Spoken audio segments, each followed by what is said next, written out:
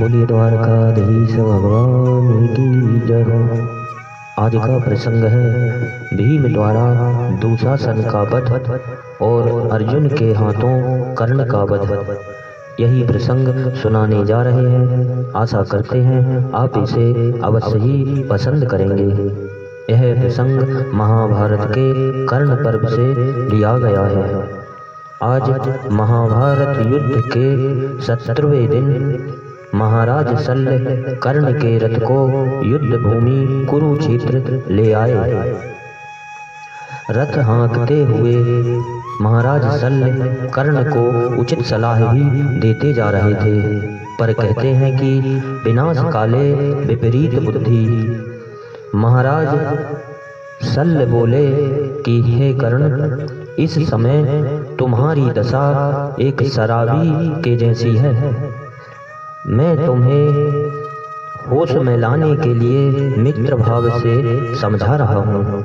इस प्रकार शल्य कौवे व हंस की कथा सुनाकर बोले कि तुम अर्जुन और भगवान श्री कृष्ण की शरण में जाकर क्षमा याचना कर लो, इसी में तुम्हारी सद्गति है। अपने प्राणों की रक्षा करो।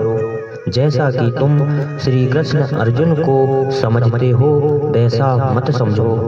कहाँ वे सूर्य और चंद्र के समान और कहाँ तुम जुगनू के समान। कर्ण क्रोध में आकर कहते हैं तुम जानते नहीं। शल्य से बोले तुम चुप ही रहो। श्री कृष्ण अर्जुन के बल पराक्रम व उनकी निपुणता को अच्छी तरह मैं जानता हूँ। उन दोनों से मुझे जरा भी भय नहीं है। यदि भय है तो गुरु परशुराम के व एक ब्राह्मण के शाप के कारण है। क्योंकि जब मैं परशुराम जी के यहाँ शस्त्र विद्या सीखने गया था तो मैंने अपना परिचय ब्राह्मण बालक के रूप में दिया था। उन्होंने मुझे ब्रह्मास्त्र की सभी शिक्षा दी थी, जिसे कि मैं केवल ब्राह्मण व क्षत्रिय ही पाने के अधिकारी हैं। एक दिन गुरुजी मेरे जांघ पर ही सर रख निद्रा में सो गए थे। उसी क्षण मेरी जांघ में एक जहरीले कीड़े ने काट कर ढेर सारा रक्त बहा दिया, परंतु मैंने गुरुजी की निद्रा भंग न हो इसलिए उप तक भी ना की। जागने पर गुरुजी ने जांघ से रक्त निकलते देखकर और ऐसी पीड़ादायक स्थिति से धैर्य पूर्वक बैठे देखकर मुझे पूछा कि तुम ब्राह्मण नहीं हो मालूम पड़ते हो, सत्य सत्य बताइए कि तुम कौन हो। मैंने सच्ची बात कह दी कि मैं सूत के यहाँ पाला गया हूँ, मैं सूत पुत्र हूँ। यह सुनते ही परशुराम जी ने शाप दिया कि तुमने धोखा देकर मुझसे ब्रह्मास्त्र और शस्त्र विद्या पाई है। जाओ, उसे तुम संकट पड़ने पर मृत्यु के समय भूल जाओगे। इस घोर युद्ध के समय मैं ब्रह्मास्त्र का स्मरण नहीं कर पा रहा हूँ तथा एक बार शिकार खेलते समय धोखे से एक ब्राह्मण का बछड़ा मारा गया। बछड़े की मृत्यु से दुखी ब्राह्मण ने शाप दिया कि युद्ध में प्राण संकट के समय तेरे रथ का पहिया पृथ्वी में धंस जाएगा।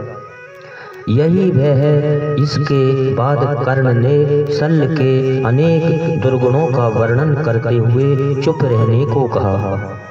कर्ण ने महाव्यूह की रचना की तथा भिन्न भिन्न स्थानों पर महारथियों को स्थित किया। इसी प्रकार युधिष्ठिर की आज्ञा से अर्जुन ने भी व्यूह की रचना कर अपने वीरों को सुसज्जित किया। युद्ध के नगाड़े बजे, दोनों पक्षों में युद्ध प्रारंभ हो गया। अर्जुन संहार करते हुए कर्ण की ओर बढ़ते जा रहे थे। तब कुंपित कर्ण धर्मराज की ओर बढ़े और उन्हें बुरी तरह से घायल कर मैदान छोड़कर भागने को मजबूर कर दिया। फिर भागती हुई कौरव सेना लौटकर धर्मराज को पकड़ो पकड़ो कहते हुए लौट पड़ी। फिर शल्य ने कहा, हे कर्ण, तुम्हें धर्मराज को पकड़ने से क्या लाभ? तुमने अर्जुन को मारने की प्रतिज्ञा की है। उनसे युद्ध करो। गांडीव की भीषण आवाज सुनो। अर्जुन तुम्हारी सेना का उधर संगार कर रहे हैं। इनमें क्या रखा है? दुर्योधन व अपनी कौरव सेना को बचाओ। यह सुनकर कर्ण लौट पड़े तथा युधिष्ठिर कर्ण से पराजित होकर अपने शिविर में चले गए। अर्जुन कर्ण के रथ की ध्वजा को देखकर भीमसेन से संघर्षरत कर्ण के पास पहुंच रहे थे, तो कर्ण भी अर्जुन के रथ को देखकर अंतिम युद्ध की इच्छा से बढ़ने लगे। कर्ण से आगे पांचों कौरव महारथी अश्वत्थामा, कृपाचार्य, कृतवर्मा, दुर्योधन आदि अर्जुन से युद्ध करने लगे। अर्जुन ने सभी को घायल कर परास्त करके भगा दिया तथा कौरव सेना का संहार कर रक्त की नदियां बहा दी। अर्जुन और भीम की भेंट हुई। अर्जुन ने भीम से कुछ युद्ध नीति विषयक बात कर दोनों भाई कर्ण की ओर वायु वेग से बढ़े। दुर्योधन के 10 छोटे भाई अर्जुन के समक्ष आकर युद्ध करने लगे। अर्जुन 10 का सिर काटकर आगे बढ़े। कौरवों की गज सेना, मलेच्छ सेना आदि आकर अर्जुन से युद्ध करने लगी। अर्जुन व भीम ने कौरव सेना का खूब डटकर संहार किया। बची कुची सेना हाहाकार करते हुए कर्ण को पुकारने लगी तथा मैदान छोड़कर भाग खड़ी हुई। तब कर्ण पांडव पक्ष के वीर योद्धाओं सात्विकी, धृष्टद्युम्न आदि को सताने लगे। सात्विकी ने क्रोधित होकर कर्ण के पुत्र को मार दिया। कर्ण ने भी पुत्र की मृत्यु से दुखी होकर धृष्टद्युम्न के पुत्र को मार डाला। तब भगवान श्री कृष्ण ने अर्जुन से कहा, हे पार्थ, कर्ण पंचाल सेना का नाश कर रहा है, अब इसे मार डालो। अर्जुन बोले, मैं कर्ण का घात व अंतिम युद्ध करने को तैयार हूँ। आप रथ उसके समीप ले चलिए। अर्जुन ने अपने भयंकर बाण की वर्षा से पूरे वायुमंडल को कपा दिया। कर्ण को उत्तमौजा, जन्मेजय, युधामन्यु, शिखंडी और धृष्टद्युम्न सताने लगे। कर्ण ने क्रोध कर इन पांचों वीरों को बाण मारकर चेष्टाहीन करके रथ, ध्वजा, सारथी व घोड़ों को नष्ट कर दिया। द्रौपदी के 5 पुत्र अपने अपने रथ में इन वीरों को उठा ले गए। कौरव और पांडवों का देवासुर युद्ध की तरह महाभयानक युद्ध होने लगा। असंख्य हाथी, रथी, घोड़े और पैदल मर मर कर गिरने लगे। दुशासन भीमसेन को बुरी तरह से बाणों से पीड़ित कर घायल कर दिया। तब कोपित भीम ने दुशासन को मार डालने की इच्छा से वज्रतुल्य गदा चलाकर प्रहार किया। वह दुशासन के मस्तक में लगा। फलस्वरूप दुशासन रथ से 40 हाथ दूर जाकर गिर और छटपटाने लगा तथा गदा की चोट से सारथी और घोड़े भी यमलोक पहुंच गए। भीम अपने रथ से उतरकर दुशासन की ओर दौड़े और कर्ण, दुर्योधन, कृपाचार्य आदि वीरों को सुनाते हुए बोले कि मैं अब अपनी प्रतिज्ञा के अनुसार दुशासन की छाती चीरकर रक्त पीऊंगा। जिसकी हिम्मत हो आकर रोके। फिर भीमसेन ने दुशासन को सबके सामने ही उठाकर पटक दिया। बाहें इतनी मरोड़ी कि शरीर से टूटकर अलग हो गई। गला दबाकर मार डाला। फिर छाती चीरकर उसका गरम गरम खून पिया। पुनः भीम खड़े होकर शत्रुओं को ललकारने लगे। भय से कौरव व्याकुल होकर गिर पड़े तथा उनके हाथों से अस्त्र छूटकर गिर पड़े। दोनों पक्ष के वीर एक दूसरे को भयंकर रूप से मार रहे थे। कर्णपुत्र रससेन ने अर्जुन व श्री कृष्ण तथा भीमसेन को भीषण बाण मारा। क्रोधित होकर अर्जुन ने धनुष पर भयंकर बाण चढ़ाए। कर्ण, अश्वत्थामा तथा दुर्योधन को सुनाकर बोले, तुम लोगों ने मिलकर अकेले असहाय रथहीन अस्त्रहीन मेरे पुत्र अभिमन्यु को धोखे से मारा था, परंतु मैं तुम सबके सामने शस्त्र रथ युक्त व सहायक युक्त वृषसेन को मार रहा हूँ। जिसमें शक्ति हो वह इसकी रक्षा करे, और हे कर्ण, वृषसेन को मारने के बाद ही मैं तुझे मारूंगा। कहकर हंसते हुए अर्जुन ने वृषसेन के मर्म स्थल में बाण मारे।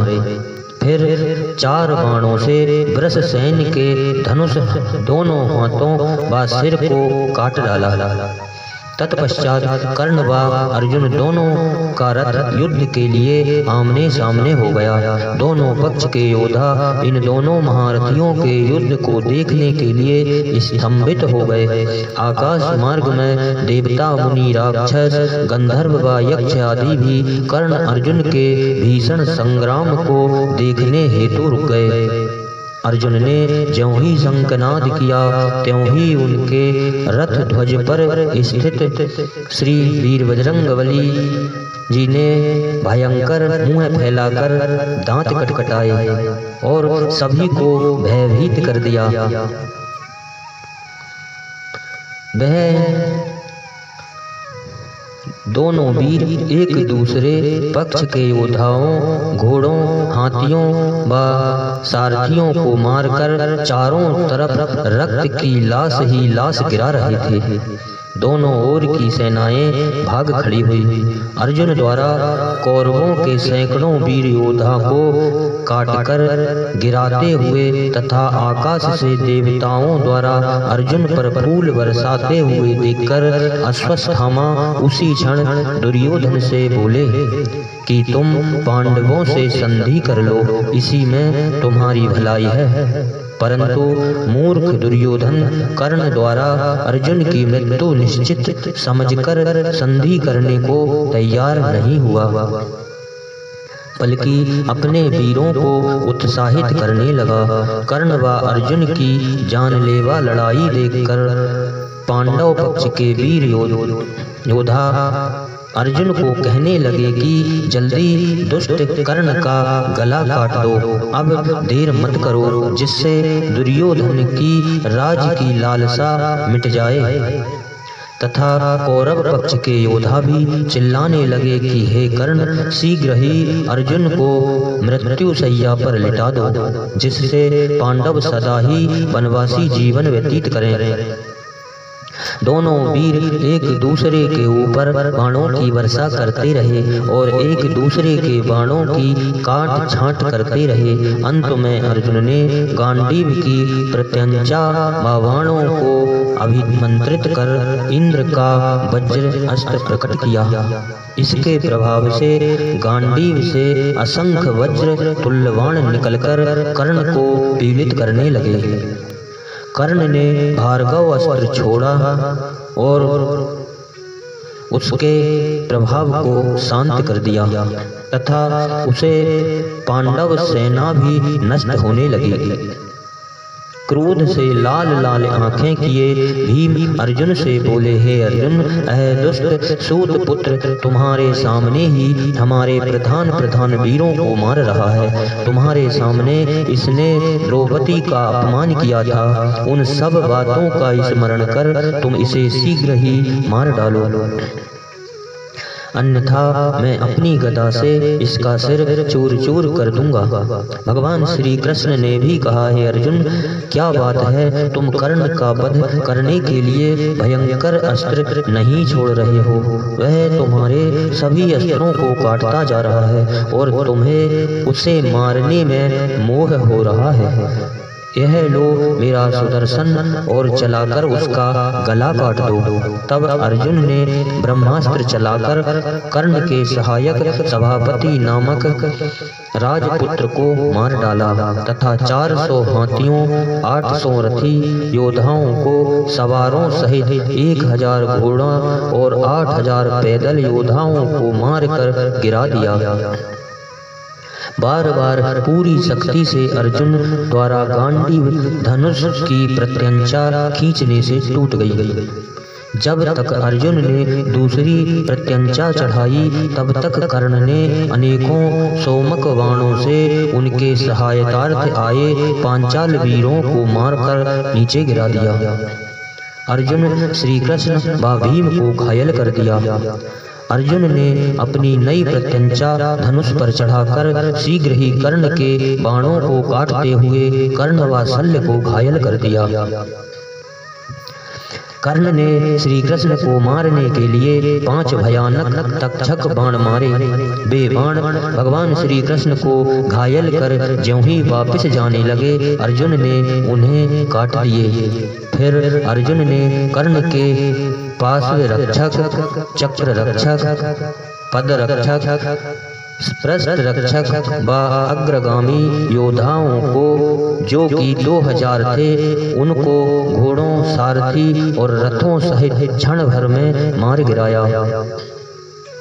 कर्ण के पक्ष में बचे हुए योद्धा उसे अकेले ही छोड़कर भाग गए। दोनों वीरों में अस्त्र शस्त्रों का भयंकर युद्ध होने लगा।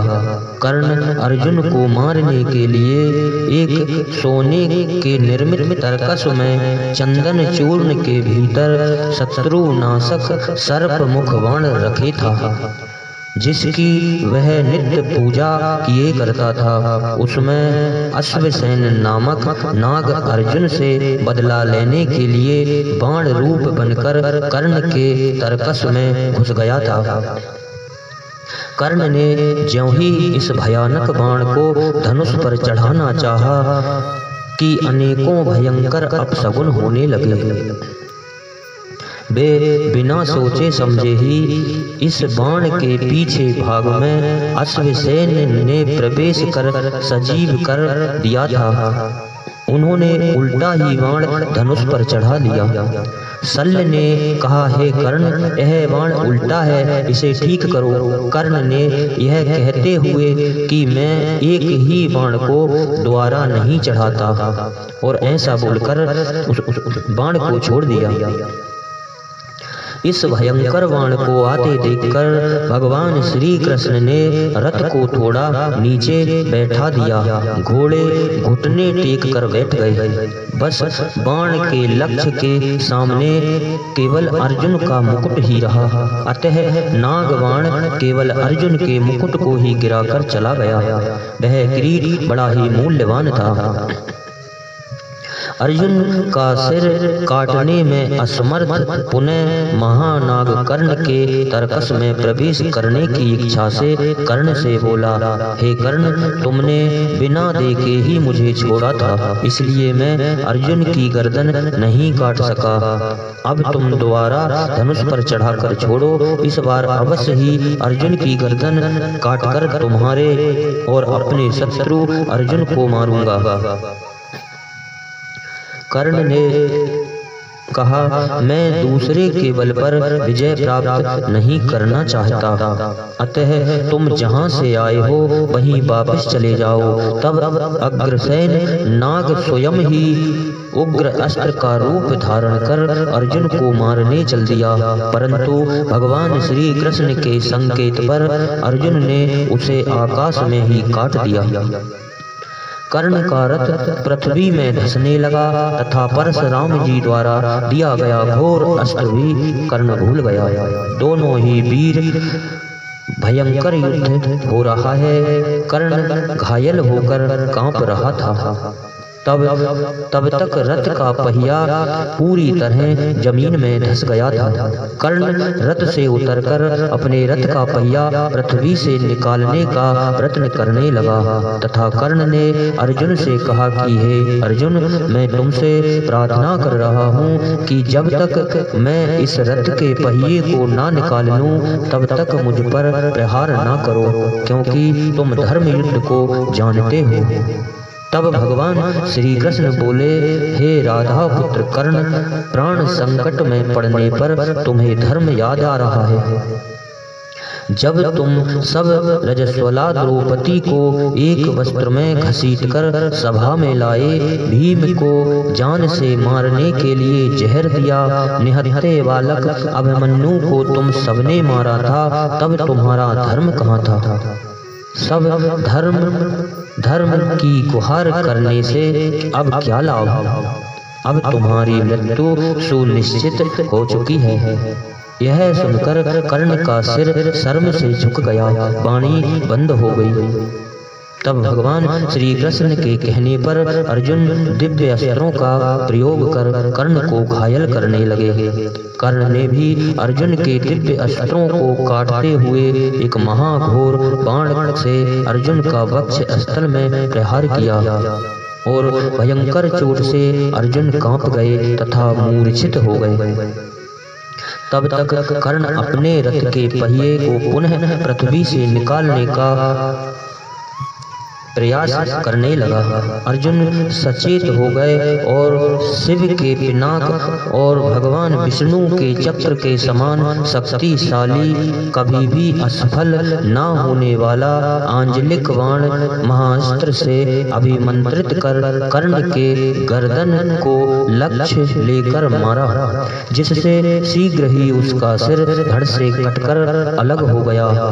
कर्ण की मृत्यु से पांडवगण एवं योद्धा अर्जुन की प्रशंसा करने लगे तथा कौरवों में भगदड़ मच गई। दुर्योधन के कहने पर उसके सारथी ने अर्जुन श्री कृष्ण के सामने रथ लाकर खड़ा किया। दोनों पक्षों में भयंकर युद्ध हुआ। पांडव सेना की भीषण मारवा भयंकर जनसंहार से कौरव सेना भाग खड़ी हुई। दुर्योधन ने बहुत रोकने का प्रयत्न किया, परंतु व्यर्थ ही रहा। तब शल्य ने दुर्योधन से कहा, हे राजन, अब सूर्य अस्त हो गया है, इसलिए युद्ध बंद कर देना चाहिए। युद्ध बंद हो गया। दोनों पक्ष के वीर अपने अपने शिविर को लौटकर विश्राम करने चले गए। इन्हीं शब्दों के साथ बोलिए द्वारकाधीश भगवान की जय हो।